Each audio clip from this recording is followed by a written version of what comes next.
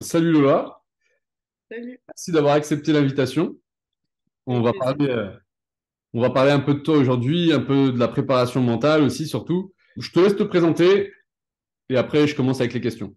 Ok, alors merci pour cette invitation, Rémi. Donc, je m'appelle Lola Postal, j'ai 24 ans et je suis une toute jeune préparatrice mentale. Ça fait 1 an et demi que j'exerce. Voilà, je suis principalement sur Poitiers. Est-ce que tu as des questions sur tout ça? Ouais, bah, savoir déjà ce qui t'a amené à faire de la préparation mentale. Oui. C'est ce qui m'intéresse vraiment. Alors, il y a vraiment deux grands points qui m'ont amené ici aujourd'hui. C'est que dans un premier temps, je viens de l'aviron, j'ai pratiqué pendant 8 ans de l'aviron. Et je me suis rendu compte déjà en tant que pratiquante que j'avais certains manques à des moments. Donc, déjà, on m'a jamais appris à gérer mon stress dans les compétitions. On m'a jamais appris à gérer mes émotions, à prendre confiance en moi alors que j'avais toutes les raisons pour performer. Et ce qui a été aussi dur parfois, c'est de se sentir un peu seule, comprise par ses camarades, mais personne avec qui parler forcément. Et ce qui était aussi compliqué, c'est quand toute l'année on s'entraîne avec ses coéquipières et qu'à la fin de l'année, on doit être devant pour prendre sa place. Parce qu'en fait, on a deux saisons en aviron. Donc la première qui est individuelle et la seconde qui est collective. Donc individuelle, c'est vraiment hivernal jusque mars-avril. Et après, on part sur du bateau collectif. Et donc, il faut être dans les meilleurs individuels pour prendre ses places en collectif, en fait. Et moi, je m'entraînais beaucoup avec une coéquipière. Donc, on faisait de l'individuel, mais à deux, c'est-à-dire qu'on ramait dans un bateau de deux, mais avec une pelle chacun. Et donc, c'était ma coéquipière tout le temps sur les saisons hivernales. Et en fait, à un moment, il fallait qu'on se sépare parce qu'il y avait une place dans le bateau pour une de nous deux. Donc ça, c'était pas toujours facile à gérer puisque 2 ans de suite, j'ai pris sa place. Et en fait, ça a créé beaucoup de malaise entre nous et à l'heure actuelle, on se parle plus. Et ça peut être des choses dans mon sens comme dans le Ah sien. ouais. On aurait pu être accompagné et aidé. Après, il n'y a pas que ça qui ont fait qu'aujourd'hui on ne se parle plus. Le temps et l'âge fait que. Mais voilà, c'est des périodes où je me suis dit, enfin, il y a eu beaucoup de culpabilité. Derrière, ça n'a pas entaché ma performance. Mais voilà, il y a quand même plein de choses qui ça impacte derrière. Après, il y avait plein de moments aussi où je me suis dit, bah, là, en fait, je ne sais pas faire, on m'a jamais appris à faire ça. J'avais quelques réflexes, entre guillemets, où je visualisais un petit peu mes courses. Donc j'avais juste des images avec vraiment cette intention de performer, mais j'avais pas tout comme il faut faire. Mais j'avais déjà quelques bases. Et après, donc, ce qui m'a vraiment poussée à faire ce métier, c'est que j'ai toujours été passionnée par les personnes qui faisaient des performances incroyables. Par exemple, les personnes qui gravissent des sommets ou qui traversent l'Amazon. Je trouve ça extraordinaire et je me suis dit, mais comment ces personnes réfléchissent? Comment ces personnes sont motivées?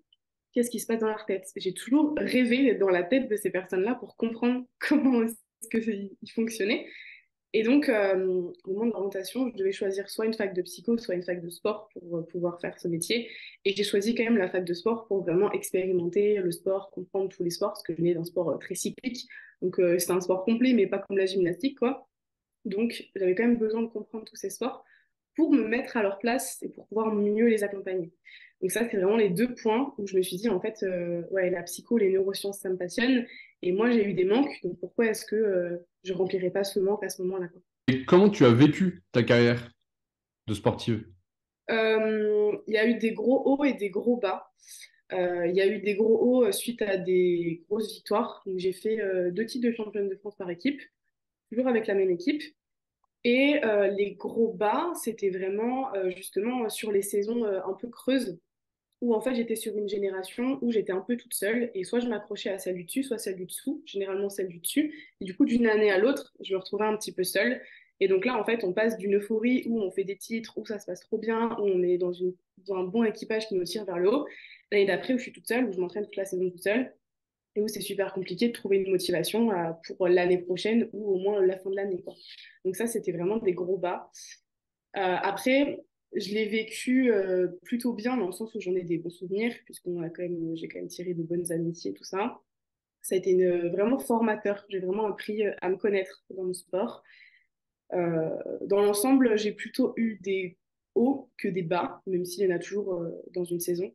Gérer aussi les défaites, le manque de confiance, J'ai eu aussi une période de TCA, donc ça n'a pas non plus été super facile avec le sport. Donc voilà, en gros, en petite montagne russe, mais des montagnes russes plutôt hautes. Et oui, parce que je m'interroge, pour mon cas, j'ai pas vraiment pris autant de plaisir que je voulais dans mon sport, en fait. Et c'est ça Ouais. qui m'a conduit un petit peu à la préparation mentale. Est-ce que toi, tu considères que tu as quand même eu ce que tu méritais dans ton sport? Parce que souvent, on parle de sacrifice, beaucoup d'entraînement, des horaires un peu compliqués, etc. Donc, tout ce qu'on voit pas forcément.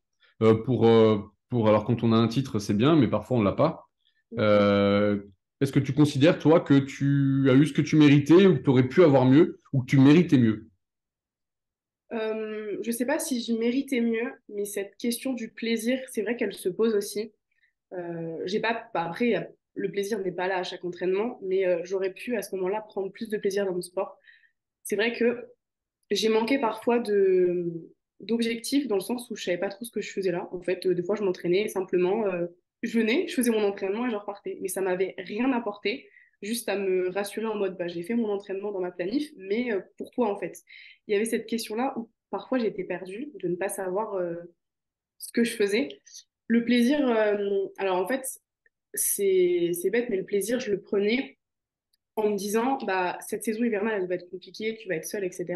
Mais c'est pour faire du bateau collectif dans quelques mois. Donc, j'essayais de le tirer comme ça pour que ma saison hivernale soit plus agréable. Donc, il y avait quand même cette notion d'objectif qui permet Oui, de garder la motivation. un petit peu, mais parfois, quand j'étais vraiment toute seule dans ma saison, je me posais vraiment des questions de qu'est-ce que je fais là? En fait, elles ont tout arrêté, pourquoi pas moi, quoi. Tu penses que tu aurais pu aller plus haut, avoir plus de titres et que comme t'as pas toujours pris autant de plaisir que tu le voulais, ça t'a joué des tours un peu ça ou pas? Peut-être. Après, honnêtement, je pense pas avoir le niveau pour aller plus haut. À cette époque, j'étais dans un équipage qui, elle, était très forte. Elles étaient toutes en équipe de France, sauf moi. Et en fait, j'étais vraiment la quatrième pour faire le bateau, mais j'avais pas ce niveau pour aller en équipe de France. J'étais, je pense, à la limite où j'étais très bonne pour aller au niveau national, mais pas plus, en fait. Après, peut-être qu'avec un peu plus oui, peut-être un peu de préparation mentale à ce moment-là, j'aurais peut-être pu aller chercher les meilleures nationales, mais je pense pas que la sélection aurait été pour moi, malgré tout. Maintenant, en préparation mentale, quels vont être tes objectifs? Alors, j'aimerais vraiment beaucoup accompagner une équipe professionnelle, faire vraiment partie du staff, les déplacements, au même titre qu'un kiné ou qu'un médecin du sport.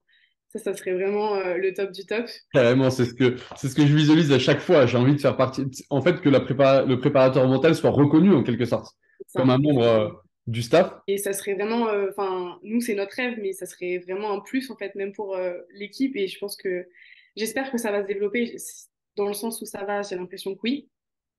Ça va peut-être prendre un peu de temps. Après, ouais, j'ai comme ambition d'accompagner le plus de sportifs possible, professionnels ou amateurs, dans tous les sports possibles. J'aime beaucoup découvrir de nouveaux sports. J'ai pas de spécialité comme certains ont. Après, bah, comme ambition, toujours continuer à me former. En fait, je me considère vraiment comme toute jeune et j'ai beaucoup de choses à apprendre, j'ai beaucoup de choses encore à découvrir.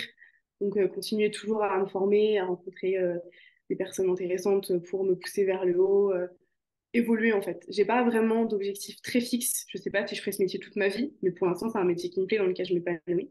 Donc, je me pose pas de barrière et je vais là où les opportunités sont, quoi. Ouais, pas de limite. On est là un peu pour repousser les limites à chaque fois quand les sportifs s'en fixent et puis à cause de croyances, etc. Et ça me fait plaisir de voir une préparatrice mentale qui peut repousser les limites et sans pour autant aussi rester coincée dans une case ou dans quelque chose qui fait Mm. que bon, bah, j'ai choisi cette voie, je vais y rester tout le temps. Un peu de liberté, c'est ce qui manque parfois, de se sentir un peu plus épanoui, un peu plus libre. Et là, tu parlais d'accompagner des sportifs, donc professionnels, aussi amateurs. Ouais. Moi, ça m'intéresse beaucoup, ça. En fait, ce qui m'attire de plus en plus, j'ai l'impression, c'est la transition entre le monde amateur et le monde professionnel. Parce que, alors, s'il y a besoin de le rappeler, tous les professionnels d'aujourd'hui étaient des amateurs hier. Et cette transition, elle est super importante. Parfois, elle est très compliquée parce que l'on sait que le changement de statut est très difficile. On peut passer de l'ombre à la lumière et de la lumière à l'ombre assez rapidement. Suivant les sports, ça se passe pas de la même manière.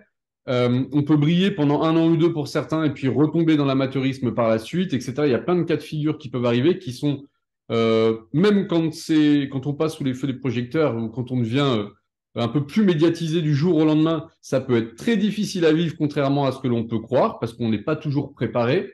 Est-ce que tu as déjà des cas de figure comme celui-ci? Est-ce que toi, tu l'as peut-être déjà vécu? Ou quand on passe d'amateur à un niveau un peu plus élevé, où on devient championne de France, par exemple? Et est-ce que tu as des exemples avec des sportifs aussi, où c'est le cas, ou des histoires que tu connais même? Oui, alors c'est vrai que ça, c'est quelque chose que j'ai vécu déjà personnellement. C'est vrai que du jour au lendemain, on a la médaille autour du cou et après, il faut revenir à l'entraînement. Et l'année prochaine, on a cette pression sur les épaules de se dire que bah oui, j'ai le titre cette année-là, mais est-ce que je vais le revoir cette année? Donc, il y a cette pression, en fait, qui est une pression supplémentaire à la compétition qui est parfois dure à gérer. Après, effectivement, à ce moment, j'accompagne un triathlète qui est dans une transition. Il a déjà été professionnel, il n'a plus eu sa carte l'année passée, je crois, et cette année, il s'est repris sa carte pro. Et donc, c'est une transition qui est parfois très compliquée, qui emmène souvent sur des dépressions, sur des burn-out, etc., quand il n'y a pas d'accompagnement.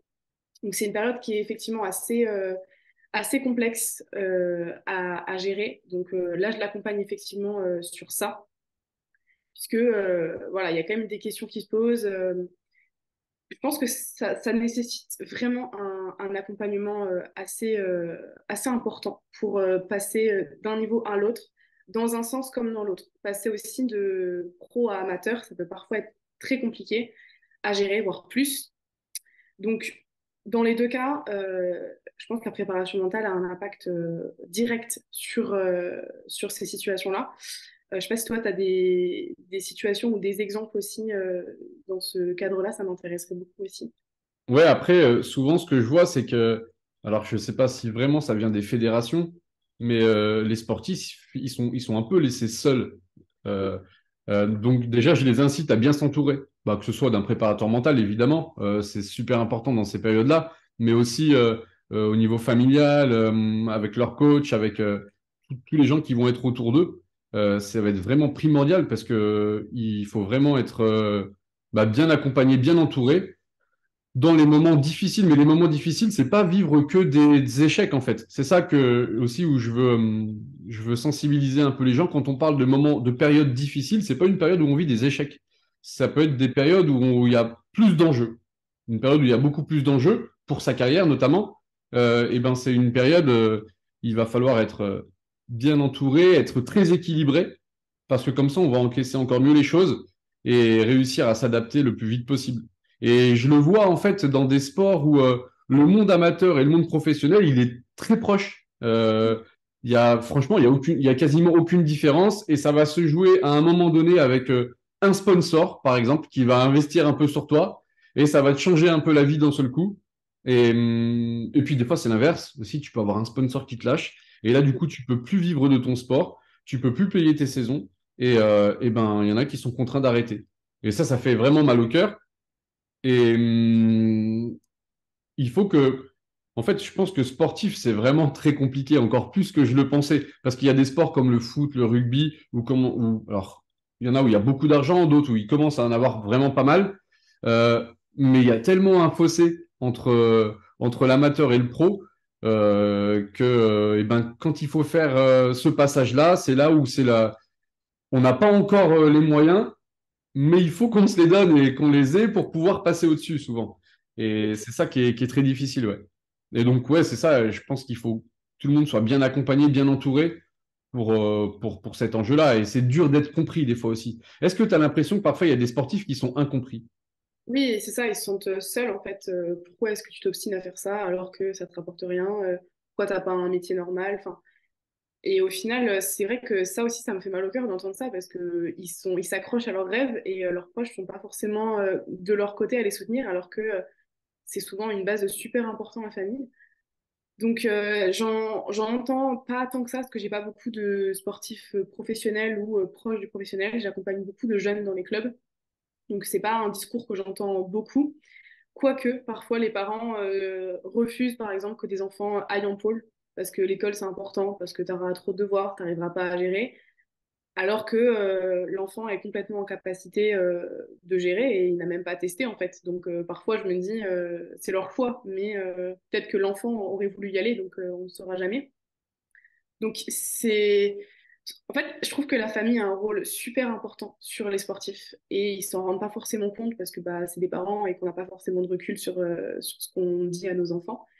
Mais souvent, en fait, je me dis, il faudrait peut-être faire la préparation mentale aux parents et pas forcément aux enfants, vu leur comportement. Ah, mais carrément, carrément. Et ça, je le fais de plus en plus. J'essaie de mettre les parents avec nous, en fait. Parce qu'il y a des choses. Et puis même, si tu travailles quelque chose avec le sportif, l'enfant, quand on parle d'enfant, ça peut être. Moi, j'en ai plusieurs de 16, 17 ans, 18 ans, par exemple. Forcément, il y a encore les parents autour. Si tu travailles quelque chose avec l'athlète, ce jeune athlète, si les parents font l'inverse à côté, bah, ça écroule tout un peu ce que tu as fait. C'est ça. Et donc, je pense que le premier préparateur mental, ça va être les premiers, ça va être les parents. Et comme ça peut être les coachs aussi dans le club. Oui, Si le coach, il est à l'inverse de ce que le jeune peut faire ou peut avoir, ou ses envies, etc., ses besoins, bah, c'est compliqué. Donc, c'est pour ça que c'est vraiment un travail d'équipe. Et dès que je peux être en lien avec le coach ou avec les parents, eh ben, j'essaie de créer un lien.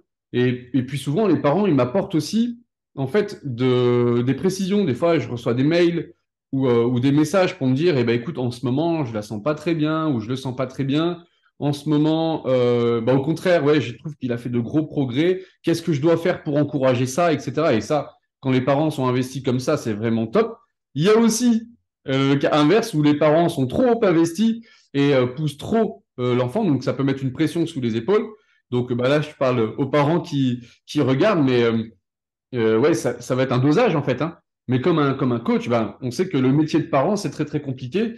Je suis bien placé pour le savoir. Je suis pas toujours au top là-dessus.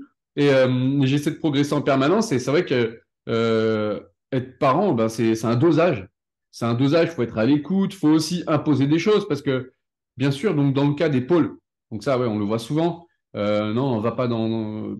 Ça va être trop compliqué, etc. Hein, au nombre d'heures, le planning, tout ça.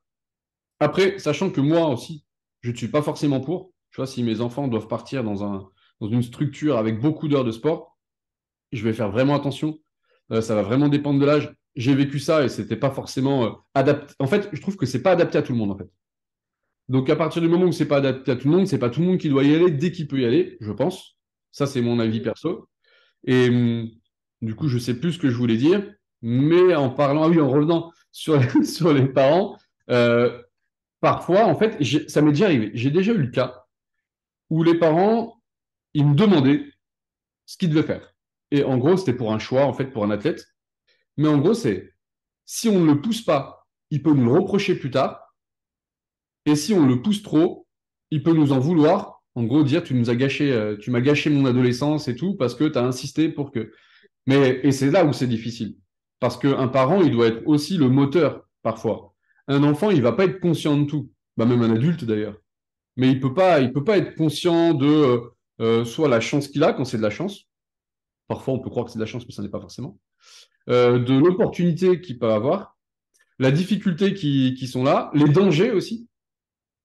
Et les parents, ils doivent réguler tout ça pour leur enfant, sachant que c'est pas leur vie. Et ça, c'est un statut très délicat.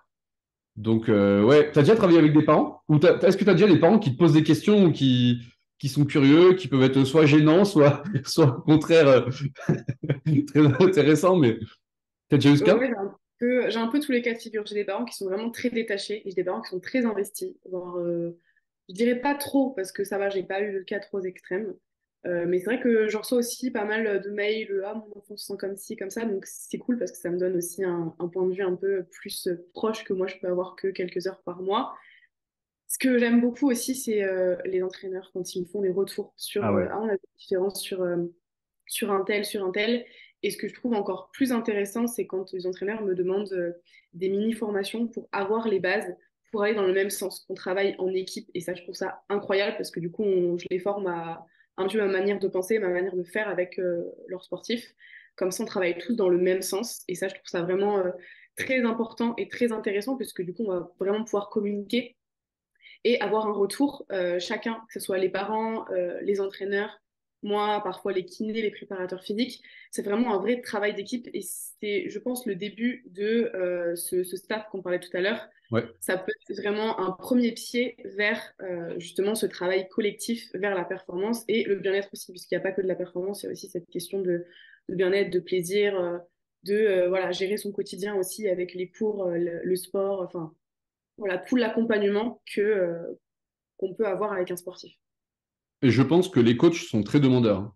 Alors, il y en a encore qui n'osent pas ou qui sont un peu réticents là-dessus.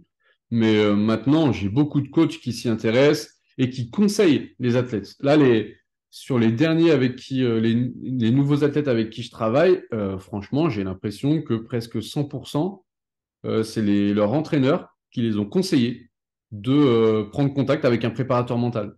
Et je trouve ça génial. Et je pense que c'est un premier pas vers la réussite et l'atteinte de l'objectif du sportif parce que quand l'entraîneur commence à se soucier du bien-être de l'humain avant de l'athlète déjà, et ben c'est un très grand pas de fait. Et forcément, l'athlète sera beaucoup plus épanoui.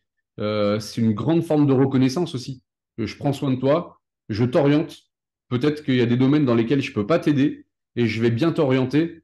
Et ça, je pense que c'est des coachs qui sont très, très intelligents. Mm. Et c'est un grand pas vers ce que tu disais tout à l'heure. Et est-ce que je peux te demander, ouais, bah alors tu m'as donné tes objectifs en tant que préparatrice mentale, du développement que tu veux avoir, mais est-ce que tu as un rêve, vraiment un rêve ultime? On Un s'autorise, rêve? évidemment. En tant que Bah, préparatrice mentale. ouais, bah, je pense que vraiment mon rêve ultime, c'est d'accompagner une équipe de France ou du moins être dans vraiment le staff d'un sport et de les suivre partout dans le monde, quoi. Je pense que ça, c'est un truc à faire quand on est vraiment jeune, quand on peut encore bouger, quand on peut vraiment avoir cette opportunité-là. Donc, j'aimerais bien le réaliser dans les prochaines années, si possible, avant que j'ai vraiment une famille avec des enfants à m'occuper, etc. Donc, ça, ce serait vraiment mon rêve ultime, ultime. Et moi, j'en ai un, je raconte juste une petite anecdote parce que je me suis surpris tout seul. En fait, la première fois que j'ai fait un séminaire pour de la préparation mentale, on nous avait demandé justement notre rêve en tant que préparateur mentaux. On faisait de la visualisation dessus ensuite. On s'imaginait en train de. Et je me suis vu champion du monde avec l'équipe de France de football féminine. Alors, je ne sais pas pourquoi. Ça m'est sorti comme ça. Je m'imaginais dans un stade et tout. Et que, enfin, pour la première fois, on était champion de France au foot féminin et tout. Champion du monde, pardon.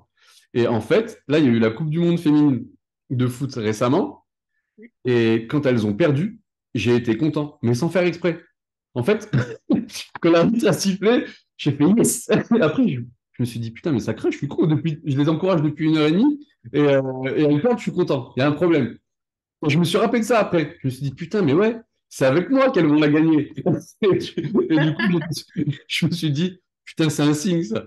Alors que je crois pas forcément au signe, ça. Mais je me suis dit, ah ouais, en fait, mon rêve peut encore se réaliser finalement. La première Coupe du Monde, je peux en faire partie. Donc, si on m'écoute, je suis disponible au 06 si le staff veut m'appeler. Non, mais ouais, ouais. Après, je pense. Et alors, une autre question.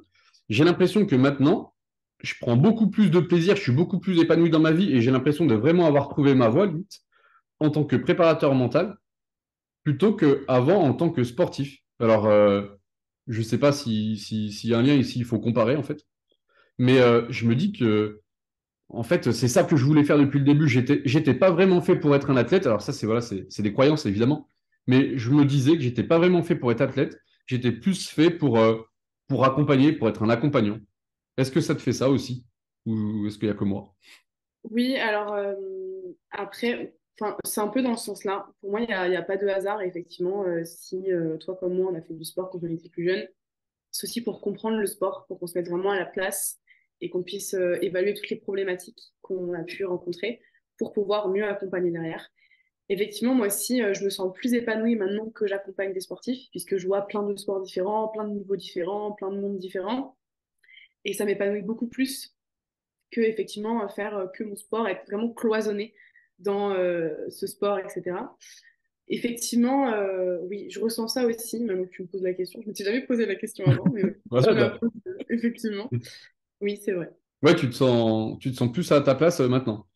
Après, Ouais, c'est ouais, par ouais, rapport à je l'âge sens aussi. que... Ouais, Et puis, à mon âge maintenant, je me vois plus, oui, en tant que préparateur mental qu'en tant qu'athlète, mais puis je me voyais pas préparateur. J'aurais été préparateur mental avant, ça aurait été un peu tôt. Pas assez mature, tu vois. parce que Mais tu as été pro jusque quel âge? Enfin, tu as été pro, comment ah, ça j'ai pas été fonctionne? pro, non, non, j'ai pas été pro. C'est que dans le foot, tu peux en vivre même si t'es pas pro. À Ok, partir du moment, tu vois, ça, à oui, partir de certains niveaux, tu es quand même salarié. Donc, et puis, je suis parti en centre de formation très jeune. Et à oui, partir de 15 ans, je commençais déjà à être rémunéré pour le foot.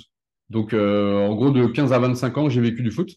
ouais. À peu près, à peu près. J'ai même plus les dates parce que j'avais même mis une croix là-dessus et tout. Mais, euh, mais voilà, donc sans être pro. J'ai pas été pro. Justement, c'était une grosse frustration qui m'a poussé après ben, je comprenais pas pourquoi, en fait. J'ai compris par la suite, et ça, je voulais qu'on en parle parce que tu m'as tendu une perche tout à l'heure. C'est, t'allais à l'entraînement des fois parce que tu devais y aller. Et ça, je veux qu'on en parle maintenant avec ton regard de préparatrice mentale. Qu'est-ce que tu penses de ça? Bah, je pense que c'est pas la meilleure manière de faire, puisque effectivement, j'ai perdu beaucoup de plaisir, beaucoup de motivation. En fait, c'était vraiment la discipline qui prenait le dessus. Alors, c'est super important la discipline, surtout dans le sport de haut niveau. Mais en fait, j'ai perdu tout, bah, comme j'ai envie de dire, tout le plaisir, tout ce que, pourquoi est-ce que j'étais là, pourquoi j'aimais ce sport, etc. Et en fait, ça a entraîné derrière une boucle assez négative où bah, je venais pour dire que je m'entraînais. Parfois, je faisais pas forcément mes reps en muscu, je faisais juste 2 reps de moins pour dire que j'avais fait. Mais voilà, avant, je faisais ma séance et je rentrais chez moi ou je retournais à l'école. Et puis bah, voilà, c'était vraiment un cycle où c'était après compliqué de s'en sortir, de se remotiver à se remettre dedans vraiment pour aller chercher la performance qu'on avait besoin de chercher. Et après, je m'étonnais de faire des résultats un peu nuls sur mes compétitions. Et j'étais là en mode, enfin, pourquoi est-ce que je pleure? Ça rien que je pleure puisque je me suis pas bien entraînée, en fait, c'est logique. Et donc après, je me mettais dans cette boucle de, bah, je suis nulle, je sais pas m'entraîner, je m'entraîne plus bien, qu'est-ce que je fais là, etc. Donc forcément, j'avais pas envie de m'entraîner derrière, donc je restais Mhm. dans cette boucle négative de, bah, finalement, qu'est-ce que je fais là? Je suis nulle, je prends pas de plaisir, quoi. J'ai compris très vite que je ne savais pas travailler. Et j'ai jamais vraiment travaillé. En fait, je considérais que le travail, c'était de faire ce que je devais faire, c'est-à-dire me rendre tous les jours à l'entraînement. Donc, tu as des Ouais, entraînements, ouais, tous les jours, parfois même c'est doublé, matin, après-midi. Et tu considères que, ben ouais, je m'entraîne, donc je bosse, quoi. Je m'entraîne, donc je vais progresser. Mais en fait, c'est pas ça, la progression. On peut pas progresser juste en s'entraînant comme ça. En fait, la progression, il faut aller la chercher. Et ça, je ne savais pas, en fait. On avait dû peut-être me l'expliquer. Mais en tout cas, je l'avais pas entendu ni compris. Et ça, je l'ai compris trop tard. Et c'est ce que je mets maintenant dans mon entreprise et dans mes accompagnements aussi, parce que bah, on a double casquette quand on est auto-entrepreneur, bah, même triple ou quadruple des fois, parce qu'on fait plein de choses différentes. Mais maintenant, j'ai compris ce que c'était que travailler. Travailler, c'est essayer de progresser dans plein de domaines, dans tous les domaines qui vont te servir à atteindre tes objectifs et d'aller chercher toujours plus. Et pour ça, il faut tenter, il faut faire plus à l'entraînement, en fait. Il faut s'entraîner dur. Et tu vois, il y a une phrase, et j'en ai encore qui m'ont dit, même un coach, une fois, il m'a dit qu'il n'était pas d'accord avec cette phrase, et je pense que bah, il n'a pas encore compris du coup. Mais il y en a plusieurs qui l'ont dit ça. Mais avant, je ne comprenais pas cette phrase, c'est on joue comme on s'entraîne au foot. On joue le week-end comme on s'entraîne la semaine. Et ça, je ne comprenais pas. Tu vois, je me suis dit, alors, on joue comme on s'entraîne. C'est-à-dire que si je m'entraîne dur, je vais être meilleur le week-end. Ouais, c'est un peu ça. Si je m'entraîne pas correctement, je vais être moins bon le week-end. Sauf que, à très court terme, tu peux des fois faire des semaines tranquilles, le repos, tu te dis, je vais relâcher un peu le vendredi parce que pour avoir du jus le week-end. Ouais, ok. Alors ça, en plus, on est tous différents. Donc, je pense que chacun, après, quand on apprend à se connaître, tu disais, dans le sport, tu as beaucoup appris sur toi. Et en préparation mentale, tu es d'accord pour dire qu'on apprend beaucoup à se connaître et ça permet de gagner du temps, surtout la préparation mentale, en fait. Tu n'as pas besoin d'avoir 8 ans de carrière pour comprendre enfin comment tu fonctionnes. Tu peux comprendre au bout de 3, 4 mois ou 6 mois ou un an, déjà. ouais. Donc, tu as gagné un temps fou. Tu as 7 ans d'avance sur les autres, en gros. Et donc, oui, en fait, les semaines, il faut les adapter par rapport à comment on est. Mais on peut se rendre les matchs faciles si on s'entraîne plus dur, en fait, la semaine. Et c'est ça que j'avais pas compris, moi. Et c'est ça qu'on m'a pas assez dit. J'ai un coach qui le faisait très bien comprendre, mais j'étais aussi pas assez mature pour le comprendre. C'était Michel Derzakarian, qui est actuellement entraîneur de Montpellier. Et lui, c'était un coach de dingue. En fait, il me disait, c'est dans la douleur qu'on travaille. Je me rappelle de cette phrase parce que j'avais très mal. Quand il me le disait, donc émotionnellement, j'étais très impacté. C'est pour ça que je me rappelle. Mais lui, il nous faisait bosser toujours à la limite avec la blessure, un peu, en fait. Mais que ce soit les abdos, les pompes, le gainage, comme les 15-15, tout, en fait. Il Mm. fallait toujours se surpasser. En fait, ne jamais être dans ta zone de sécurité, bah, Ouais, plus connu sous le nom de zone de confort. Je l'appelle zone ouais. de sécurité parce que c'est la zone dans laquelle le cerveau veut te maintenir en sécurité. C'est pour ça qu'il ne te fait pas aller au-delà de tes peurs. En gros, en expliquant rapidement. Et lui, en fait, tous les jours à l'entraînement, il te faisait sortir de cette zone de confort pour que tu sois toujours dans ta zone de progression, en permanence. J'ai compris ça très tard. Donc, bah, Mm. du coup, s'il y en a qui le comprennent tout de suite, arrêtez d'être dans le confort à l'entraînement parce que vous ne progressez pas. Vous vous maintenez au niveau où vous êtes. En gros, c'est un peu ça que je me dis, c'est que tu te maintiens à ton niveau quand tu vas t'entraîner. Voilà, c'est normal de s'entraîner. Tous les athlètes s'entraînent. Donc, si tu veux faire plus qu'un autre, eh ben, il faut faire plus qu'un autre. Est-ce que tu es d'accord avec ça? Oui, complètement. Et ça me fait penser que effectivement, nous, on avait une phrase qui résonnait pas mal dans le club, parce que je me suis beaucoup entraînée à Verdun, c'est mon club d'origine, Ok. et donc c'est une ville qui est connue forcément pour la guerre, etc. Et donc il y avait tout un symbole autour de ça. Sur le convis, c'était marqué à Verdun, on ne passe pas. Enfin, c'était vraiment une phrase clé de la guerre. Et nos entraîneurs, on disait tout le temps, entraînement difficile, guerre facile. Et c'est vrai que Ouais. cette phrase-là, elle résonnait beaucoup en nous, mais je crois que je l'écoutais pas trop à cette époque. Mais c'était quelque chose qui était vraiment une vraie devise ancrée et qui avait beaucoup de sens, beaucoup de valeur au final. Donc ça donnait encore un peu plus d'intérêt à ces phrases clés-là, en fait. Et c'était en fait vraiment tout un monde qui, au final, nous poussait encore un peu plus à défendre ces valeurs, à défendre cette ville, défendre ses couleurs, en fait. C'est une phrase forte, ça. Ouais, Entraînement difficile, guerre facile. Et donc, ouais, forcément, ça marque, quoi. ouais. Et j'ai l'impression, bah, du coup, bah, toi comme moi, on n'avait pas compris ça. Le travail et tout. Pourtant, je l'ai On me l'a dit, eu moi. Je sais qu'on me un l'a peu. dit. Oui, c'est ça. Et puis, je l'ai Pourquoi je eu ne l'ai de pas plus compris? en plus. Pardon? Pourquoi je ne l'ai pas compris, cette phrase? Pourquoi on ne l'a Ouais, pas compris et pourquoi on n'en a pas tenu compte tout de suite? c'est ça. J'arrive pas à trouver cette réponse. Et est-ce que c'est la maturité? Est-ce que tu vois des différences ouais, dans tes accompagnements par rapport à l'âge? Alors, des fois, il y en a qui sont plus jeunes mais plus matures, hein. Est-ce que la Ouais. maturité joue dans le résultat de l'accompagnement? Pour moi, oui. Bah, en fait, ça va vraiment dépendre de plein de choses. Pour moi, ça dépend de l'âge, de la maturité, de l'éducation aussi beaucoup, des parents, forcément. Je vais avoir des pré-ados du même âge qui vont avoir deux mentalités complètement différentes. Donc, ça dépend beaucoup de la personnalité, de l'éducation, la maturité aussi parfois, parce que j'ai des filles qui sont de la même génération, mais qui ont totalement une autre manière de faire parce qu'elles ont aussi, par exemple, d'autres choses à faire. Par exemple, elles font leur sport, plus elles font de la musique, plus il y a l'école à gérer. Donc, elles ont vraiment cette discipline de il faut que je fasse tout bien pour. Alors après, est-ce qu'elles font vraiment bien les choses à 100%?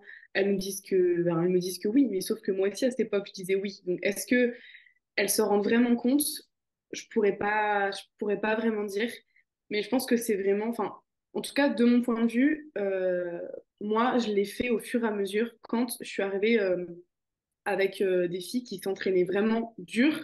Et je me suis dit, bah, en fait, pour être au niveau, il faut que je m'entraîne aussi dur qu'elles, voire plus. Et donc, c'est là où je me suis dit, en fait, bah, ok, en fait, Lola, faut que tu fasses ton gainage après tes sorties, il faut que tu fasses tes abdos sans râler, parce qu'elles, elles le font, et depuis plusieurs années. Donc, toi, tu as du retard à rattraper. Et donc, c'est là où j'ai senti cette rigueur de le faire. Mais si j'étais restée dans mon petit confort, je ne l'aurais jamais fait. Donc, parfois, il suffit juste d'avoir un petit exemple ou quelque chose qui nous fasse prendre conscience que effectivement on ne sait pas s'entraîner pour déjà sortir un petit peu de ça. Je sais pas si toi tu as des exemples dans le même genre. Ouais, ouais, mais en fait, je voyais que je stagnais en fait pendant un moment.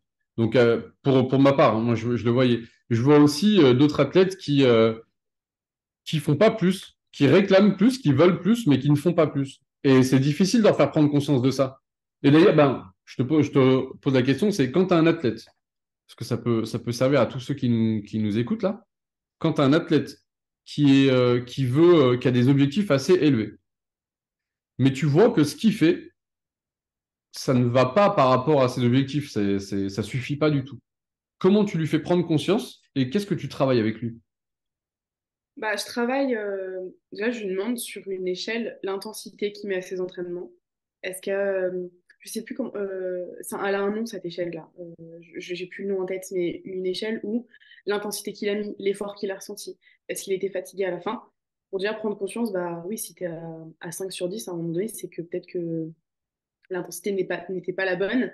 Après, on revoit les objectifs. Pour moi, c'est une base quand même, les objectifs. Est-ce qu'on est bien dans le bon sens? Est-ce qu'on s'entraîne bien pour soi? Quel est vraiment l'objectif? Alors, il faut qu'il soit ambitieux, oui, mais est-ce qu'il est atteignable? Donc, on revoit aussi un peu ça. Parfois aussi un travail de confiance. Parfois, il y a trop de confiance, surtout chez les adolescents. Des fois, ça va un peu dans tous les sens et il faut aussi redescendre un petit peu tout ça. Donc, en fait, ça va vraiment dépendre de la personne. Mais en règle générale, ça va être ça. Après, c'est vraiment du cas par cas ou en fonction de chacun, j'adapte. Oui. Et Mais oui, toi, l'intensité, oui, c'est ce qui revient souvent. L'intensité, la détermination, ouais. déjà savoir pourquoi tu vas à l'entraînement. Tu Mm. vois, comme tu disais, nous on y allait des fois, on savait pas pourquoi, on y allait comme des robots. Je me rappelle, je sortais, c'était tout automatisé, je posais mon sac ici, je prenais l'autre sac là, je marchais sur 300 mètres comme ça, toujours de la même manière, je passais au même endroit. Bref, Mm. t'as un robot. Et après, tu arrives, bah, tu t'entraînes. Mais sans être conscient de où tu peux progresser et tout. Donc, ouais, après, j'insiste beaucoup sur la détermination, l'intensité. Donc, pareil, alors, avec certains, ça va être des systèmes de notes, d'autres, Mm. ça va être un système de couleurs. J'adapte ça suivant ce qui lui parle le mieux. Voilà. Et puis, des objectifs à chaque exercice, chaque entraînement, en fait. Oui. Faut qu'à la fin de chaque entraînement, tu aies l'impression d'avoir progressé, bien travaillé, ou au moins appris quelque chose, ou avoir pris conscience de quelque chose. Bon, aujourd'hui, j'ai pas été bon. Et je me suis rendu compte que quand je fais ça, je suis moins efficace. OK. Donc cet entraînement a servi. En fait, essayer de tirer vraiment toujours des choses, des leçons ou des indices qui vont nous aider à encore tester de nouvelles choses, se connaître ou avancer. Ouais. C'est ça, mais vraiment prendre conscience qu'à chaque entraînement, il faut en ressortir avec quelque chose.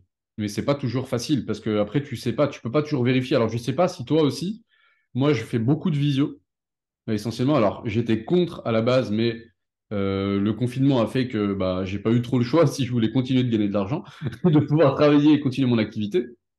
Et je fais beaucoup de visio, donc je suis pas à l'entraînement. Je suis très rarement sur les lieux d'entraînement. Ça m'arrive, hein. Quand je peux, je le fais, mais je suis pas à l'entraînement et donc ça va être qu'une question de ressenti. Vraiment, je vais entendre l'athlète, je lui fais 100% confiance, et après, c'est son ressenti, qui n'est pas forcément la vérité. C'est pour ça que quand tu as le coach, en plus, quand tu as plusieurs sons de cloche, bah, c'est parfait. Tu vois s'il y a des incohérences. Après, peut-être que c'est le coach aussi qui voit pas les bonnes choses, hein. C'est juste que moi, je pars du principe où tout est faux, quoi. Où rien n'est une vérité absolue. Voilà. Mais dans tout ce que je fais, je pars du principe où rien n'est une vérité absolue et que du coup, on remet tout en question, quoi, un peu. Sans trop le faire non plus, en étant assez raisonné là-dessus. Et donc, je fais confiance à l'athlète. Il me donne une note, une bonne note, ok. Et je sais qu'il y en a, alors, j'en vois souvent, qui se mettent des bonnes notes parce qu'ils sont convaincus que, mais quand je les vois après ou quand j'ai le retour des coachs, euh, eh ben c'est pas du tout, ils voient pas du tout la même chose. Mm. Comment tu fais dans ce cas-là? Bah, Bonne c'est un peu question, la. ça. Parce que Ouais, c'est du cas c'est par cas. Mais est-ce que tu as déjà eu des cas comme ça ouais, comment gérer en fait entre le ressenti et la réalité, sachant Mm. qu'il y a une grosse différence? Bah, en soi, déjà, j'ai la chance, pour 80% des personnes que j'accompagne, je suis sur le terrain. Donc, j'ai aussi la vision de l'entraîneur. Et là, justement, il y a un entraîneur qui m'a dit que ils avaient fixé les objectifs pour la saison et qu'ils avaient été très surpris par une personne qui avait des objectifs très, très ambitieux au-delà de ses capacités. Et donc, pour l'instant, je suis au tout début de l'accompagnement, donc je n'ai pas encore travaillé sur ce point spécifiquement. Mais c'est vrai que la prise de conscience est quand même assez importante dès le plus jeune âge pour vraiment lui faire comprendre que bah, c'est pas juste venir mettre tes affaires de sport et faire des tours de terrain, quoi. Donc, pour l'instant, je suis au tout début, mais je pense que effectivement, commencer par des objectifs à chaque entraînement, c'est essentiel. Ouais. Repenser aussi son système de croyance que l'entraînement, simplement ce qu'il fait actuellement, que pour être performant, il faut pousser un petit peu ses performances à l'entraînement déjà. Et puis, ces systèmes de notation, je trouve que c'est quand même assez ludique. Peut-être mettre en place un journal ou quelque chose pour qu'à chaque entraînement, il y ait une note à la fin, qu'on puisse se débriefer aussi entre chaque séance de ce qui se passe, pour dire, ah oui, là, je me sens mieux, là, je me sens moins bien, je me suis un peu plus engagée, ou qu'est-ce que j'ai changé pour être plus engagée. Mhm. Des routines aussi d'activation, si la personne est molle en arrivant à Ouais. l'entraînement. Les petites routines de perf, ça change tout et c'est rapide à faire, c'est ludique et puis ça peut être déjà efficace. Après, c'est vraiment adapté à chacun en fonction de leur personnalité, de leur sport, de leur problématique, tout ça. Donc, c'est déjà ce que je ferais, faire ça. Et ouais, c'est ça en fait. Je te pose la question parce que c'est du cas par cas. Et le but aussi de notre rendez-vous aujourd'hui, c'est de démocratiser un petit peu, de faire connaître un peu plus la préparation mentale parce que je me rends compte que très peu de gens savent vraiment ce qu'est la préparation mentale. Je me suis rendu compte aussi que beaucoup de préparateurs mentaux avaient du mal à expliquer ce qu'ils faisaient. Et je pense qu'il faut donner du concret parce que si c'est inconnu, on n'y va pas. Voilà, on va rarement vers des choses que l'on ne connaît pas. Ouais. Comme on le disait, justement, rentrer dans cette zone de progression, c'est toujours un peu compliqué parce qu'on ne connaît pas vraiment, on ne sait pas ce qui peut, on est plus vulnérable. Et on se sent pas forcément en sécurité quand on fait appel à un préparateur mental. C'est le ressenti que beaucoup m'ont fait sur les retours que j'ai eus, en tout cas. Et je trouve ça dommage parce que la préparation mentale, c'est vraiment l'inverse, justement. C'est accompagner quelqu'un pour qu'il puisse se sentir plus en sécurité dans ce qu'il fait, qu'il ne se sente pas seul. Donc, on ne va pas le guider et lui tenir la main et l'emmener parce que sinon, il va perdre pied le jour où on ne sera plus à côté de lui. Par contre, on va l'accompagner pour qu'il puisse prendre des décisions plus en lien avec ses valeurs, avec ses objectifs. Donc, dans le travail plus concret, ben, ça va être ça. On va explorer un peu qui on est, qu'est-ce qu'on veut. Je prends souvent l'exemple euh, de faire connaissance avec soi-même, en fait. On ne s'intéresse pas assez à soi. Et Mm. je trouve que les sportifs, comme les gens dans la vie quotidienne, au travail, on ne s'intéresse pas assez à soi, on s'intéresse plus aux autres. Et il faut s'intéresser à soi, donc on les aide. Voilà, on va les aider à s'intéresser à eux, à leurs ressentis, écouter leur corps, etc. Connaître leurs croyances, leurs valeurs, utiliser un peu tout ce qu'ils ont vécu pour vraiment en tirer des leçons et pour ne pas répéter les mêmes erreurs. Et c'est en ça que je disais que ça fait gagner beaucoup de temps la préparation mentale. Et donc oui, comme tu le dis, c'est du cas par cas. Il faut prendre conscience que le travail fait avec un athlète, un de vos coéquipiers peut-être, c'est pas forcément le travail qui sera fait avec vous. Peut-être que ce sera quasiment identique, mais peut-être que ce sera aussi très différent. Et donc il ne faut pas s'arrêter à ce que vous voyez et ce que vous entendez. Je pousse les gens à être curieux. Et puis on est tous curieux naturellement. Eh bien, il faut continuer à l'être. Est-ce que tu vois que la Oui, préparation mentale avant, c'est que les gens s'y intéressent et se rendent compte que ça peut être très intéressant pour eux? oui, alors de plus en plus, j'ai de plus en plus de demandes pour des renseignements. Dès que je présente un peu mon métier, j'ai énormément de questions. Et je rebondis un peu sur ce que tu disais, mais effectivement, moi, je donne souvent cette image de, on leur donne des clés avec un trousseau avec plusieurs clés pour gérer leur stress, leurs émotions, leur motivation, tout ça. Et ils sont autonomes avec ces clés. On leur donne et c'est eux qui vont prendre ces clés pour ouvrir les portes qu'ils ont envie d'ouvrir. Donc c'est vraiment un travail main dans la main où, à la fin de l'accompagnement, ils sont vraiment autonomes et font ce qu'ils veulent avec les outils qu'on leur a donnés. Et pour donner un peu plus de concret, par exemple, en séance, on fait vraiment des exercices typiques par exemple, pour le stress, on va faire de la respiration. Apprendre à bien respirer. Qu'est-ce qu'une vraie respiration? Ça, on ne l'apprend pas à l'école. Comment est-ce qu'on respire vraiment pour optimiser tout ça? Les différents types de respiration, puisqu'on veut respirer pour se dynamiser, mais aussi pour se relâcher, pour se concentrer. Il y a plein de respirations possibles et adaptées à chacun.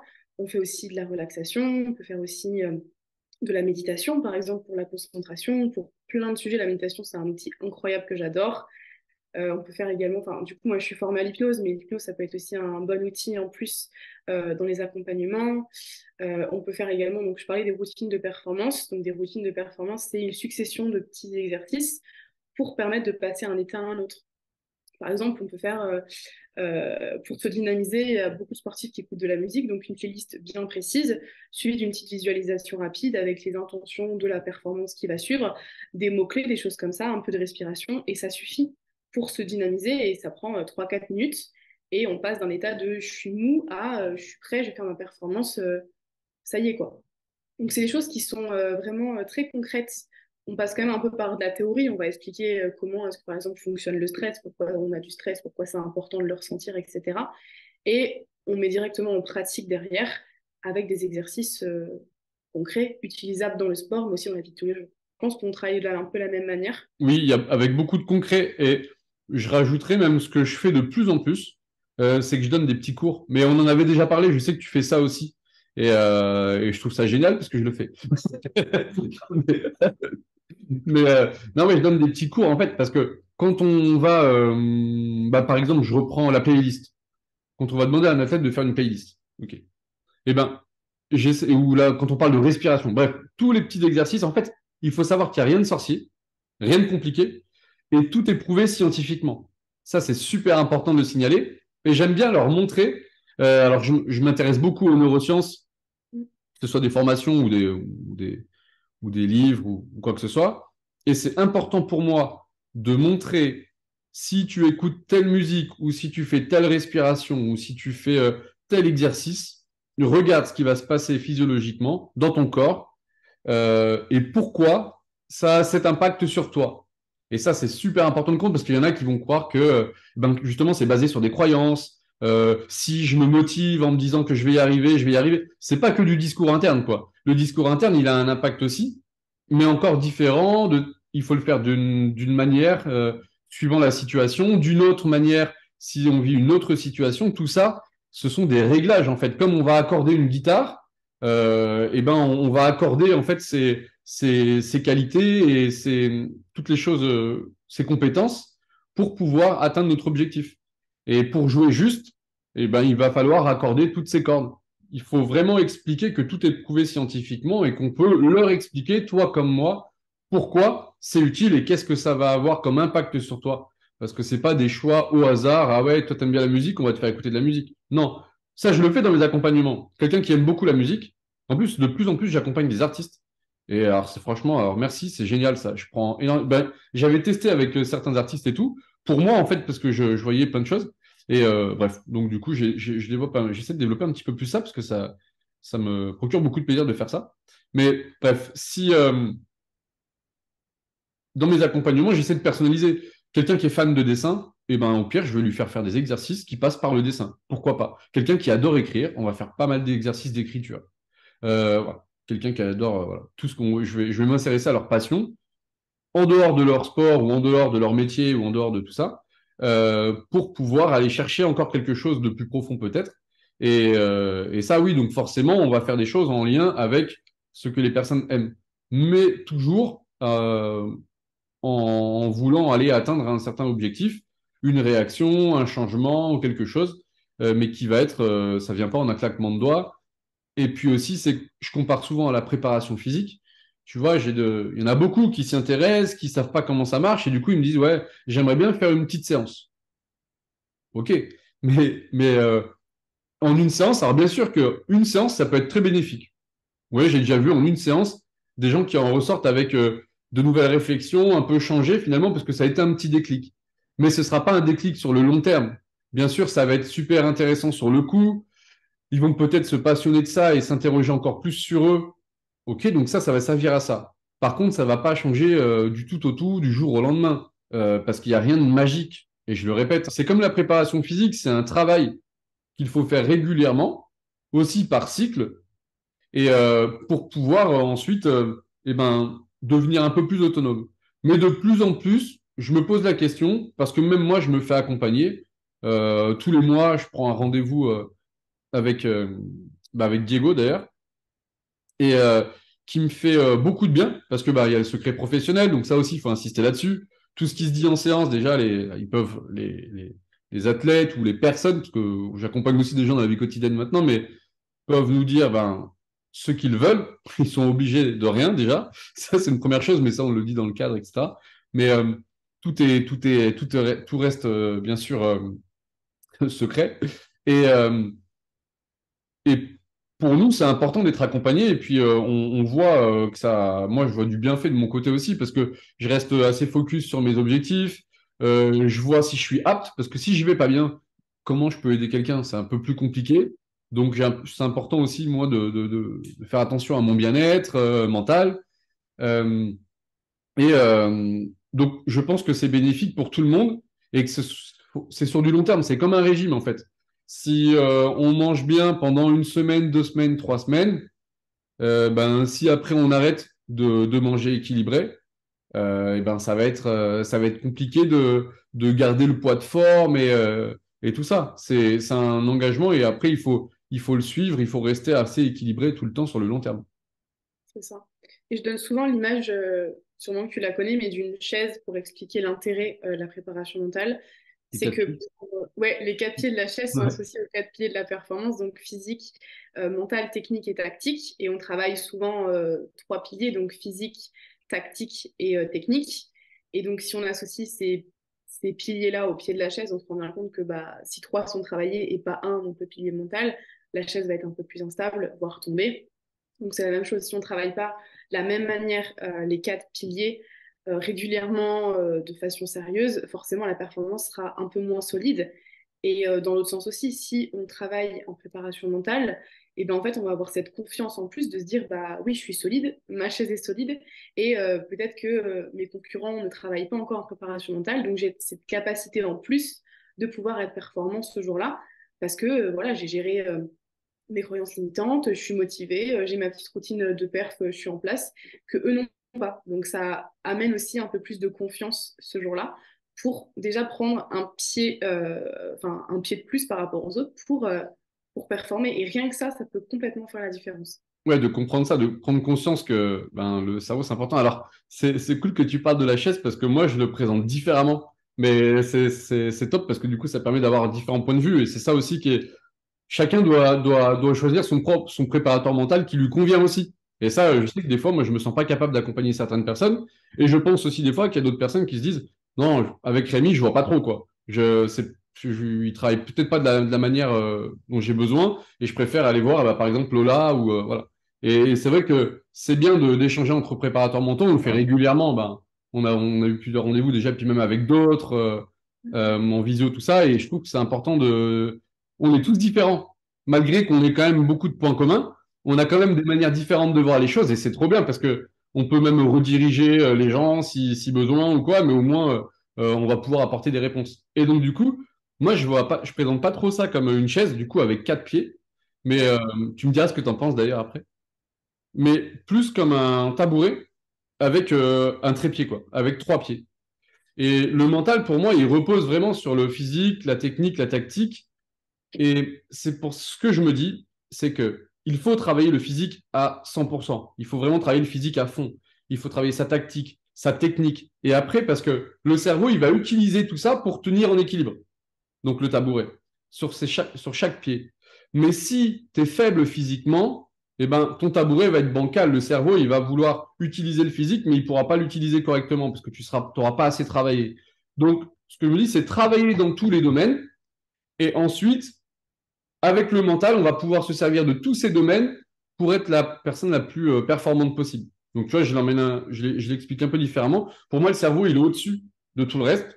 Et par contre, il va se servir de tout le reste. C'est lui qui va être un peu le chef d'orchestre pour que tout tienne en équilibre et puis pouvoir avancer. Mais voilà, c'est juste une façon de Bah, penser. c'est super intéressant parce qu'effectivement, s'il n'y a pas déjà de capacité physique, faire de la PM, ça sert à rien. Effectivement, s'il n'y Voilà. a pas un minimum de préparation physique de base, en fait, ça reste du sport. Donc, il faut quand même avoir un minimum de physique, quoi. Donc, ça, c'est sûr. Donc, ouais, c'est une manière intéressante de le présenter aussi. C'est vrai que j'avais jamais entendu cette manière-là, mais c'est super intéressant, ouais. Moi, je l'avais jamais entendu non plus, mais c'est qu'une fois en parlant, du coup, l'idée m'est venue. Et en fait, j'ai un trépied pas loin de moi là.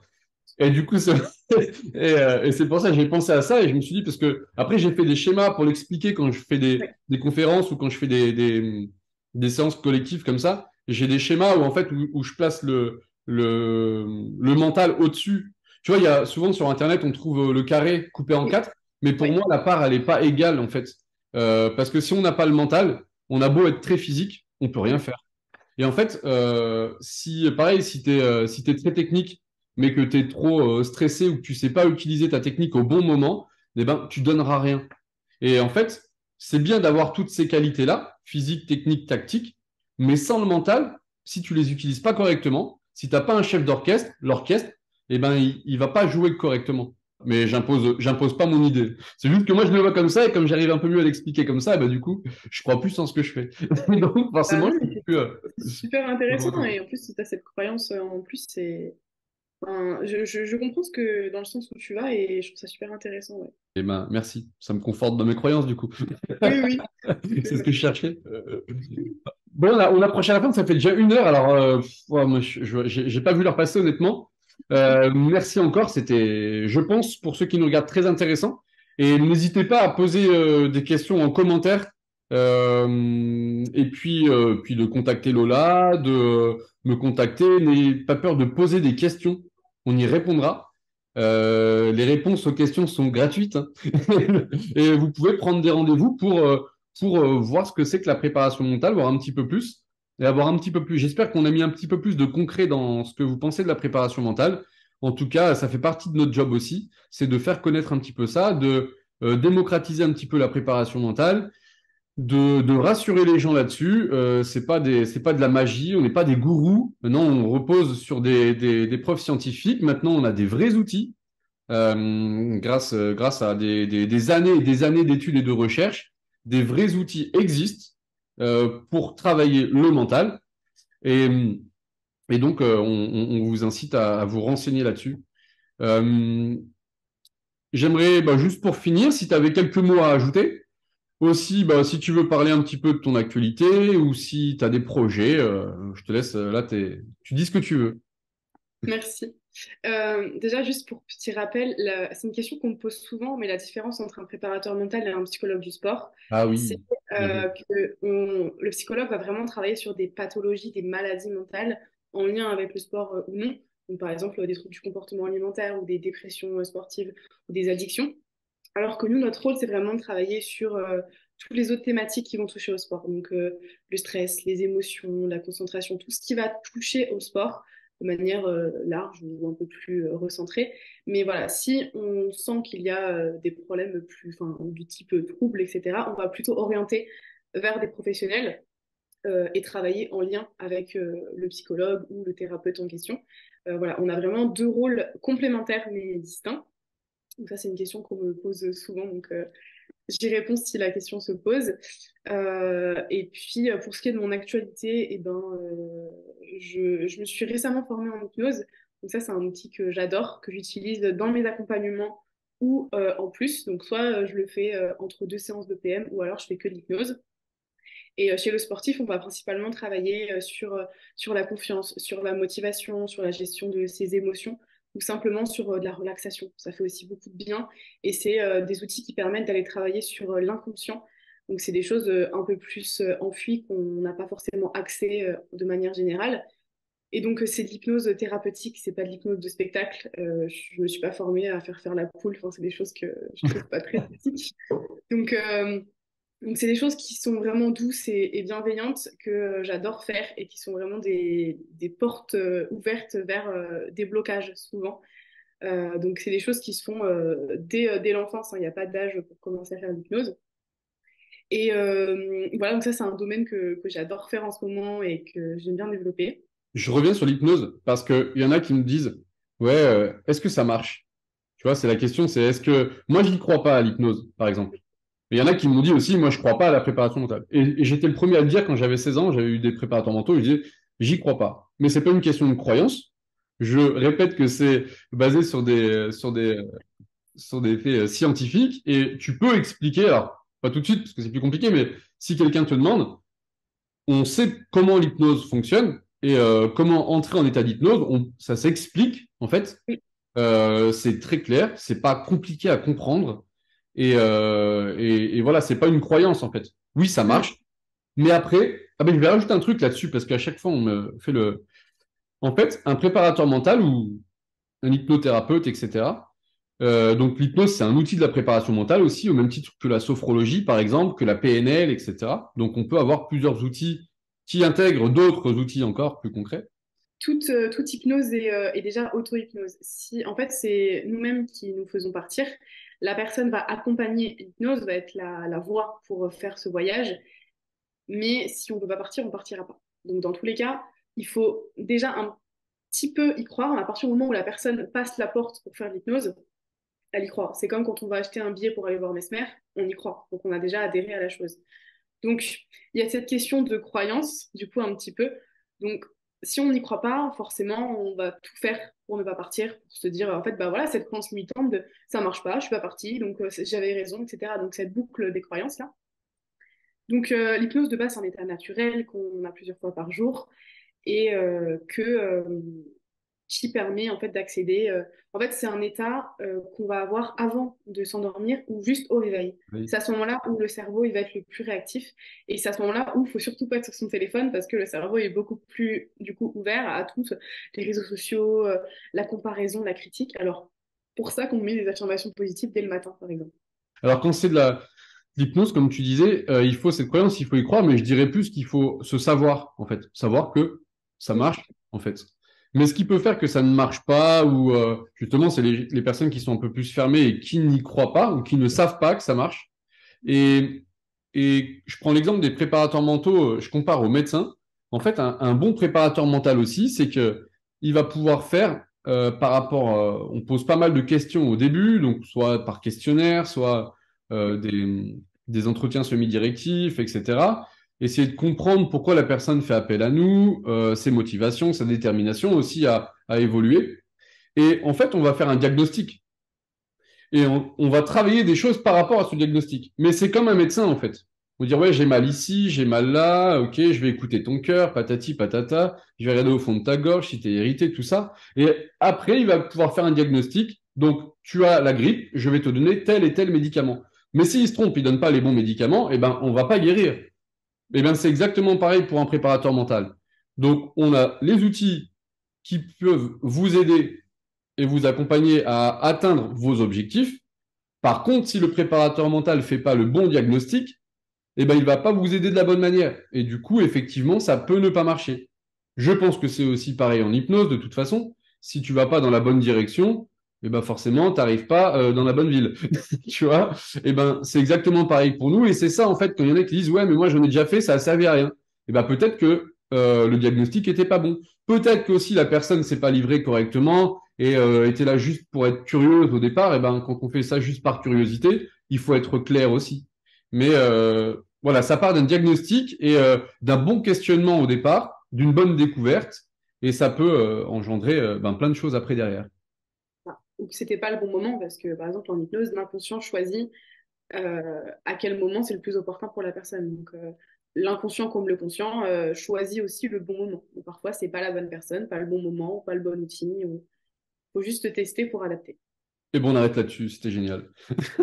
Et ben, merci Lola. Euh, Merci à toi. je te souhaite plein de réussite dans cette passion. Et puis, bon, bah, de toute façon, je sais qu'on échangera, on continuera d'échanger. Merci à tous d'avoir suivi cette vidéo. Et puis, n'hésitez pas à poser vos questions, soit en commentaire, soit en nous contactant directement. Je mettrai le lien dans la description de Lola, tes coordonnées, ton Instagram, etc., pour que les gens puissent te contacter s'ils ont des questions ou s'ils veulent faire un accompagnement avec toi ou en savoir plus. Et puis, à bientôt. Ciao, ciao, ciao. À bientôt.